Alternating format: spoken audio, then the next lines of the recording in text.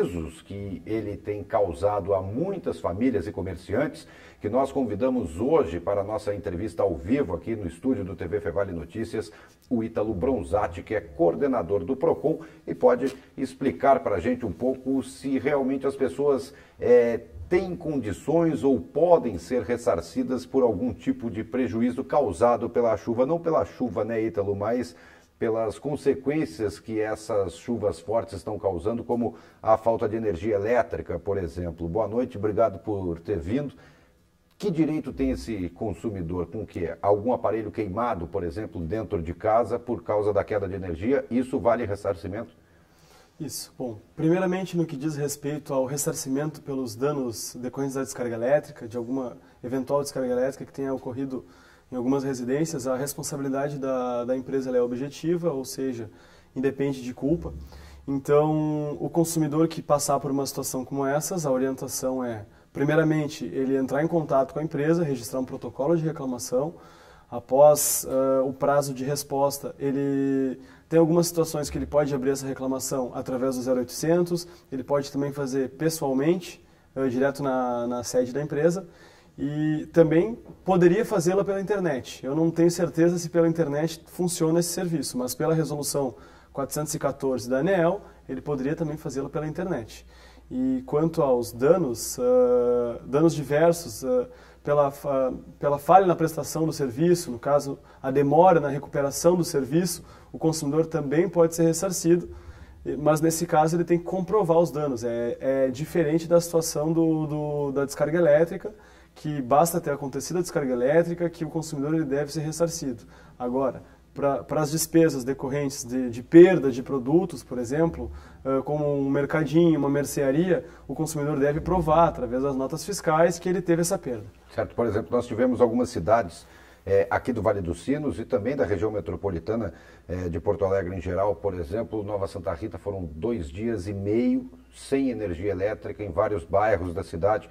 Porto Alegre também ficou, algumas áreas aqui de Novo Hamburgo também passaram por um bom período. Nesse caso, um comerciante que possui, por exemplo, produtos que devam ser mantidos congelados, um picolé, por exemplo, e perdeu, isso aí ele tem direito a entrar com ação, a conseguir ser ressarcido financeiramente? Sim, o consumidor ele pode entrar com uma ação, pode procurar o juizado especial civil, que não precisa demandar com um advogado, ou quem quiser procurar um advogado para tal.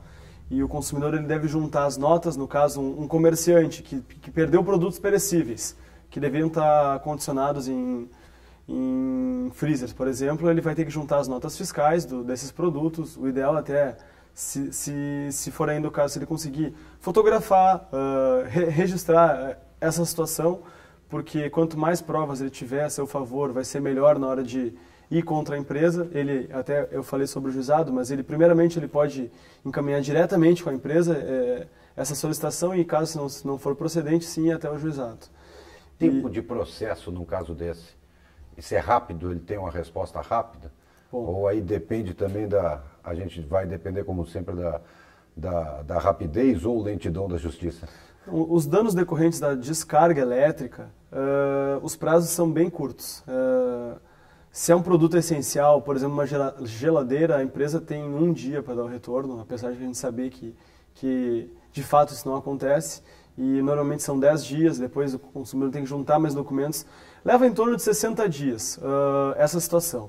Agora, o consumidor que ele tem que ser ressarcido por prejuízos, ou seja, produtos que ele perdeu, ele tem que fazer prova através de notas fiscais, ou mesmo aquela situação de um restaurante, por exemplo, que viu que estava sem luz e viu que não podia perder a clientela, alugou um gerador, ele também pode buscar o ressarcimento, mas essas situações têm que ser na via judicial, porque aí tem essa questão probatória, o consumidor vai ter que juntar documentos, a empresa vai apresentar manifestação, vai tentar se defender de alguma forma. Então, já nesse caso, aí vai depender muito do prazo que leva de um processo judicial, que pode variar de 6 meses a 2, 3 anos. Tá certo, Ítalo. Obrigado pela participação aqui. Infelizmente, nosso tempo acabou. Boa noite. Obrigado.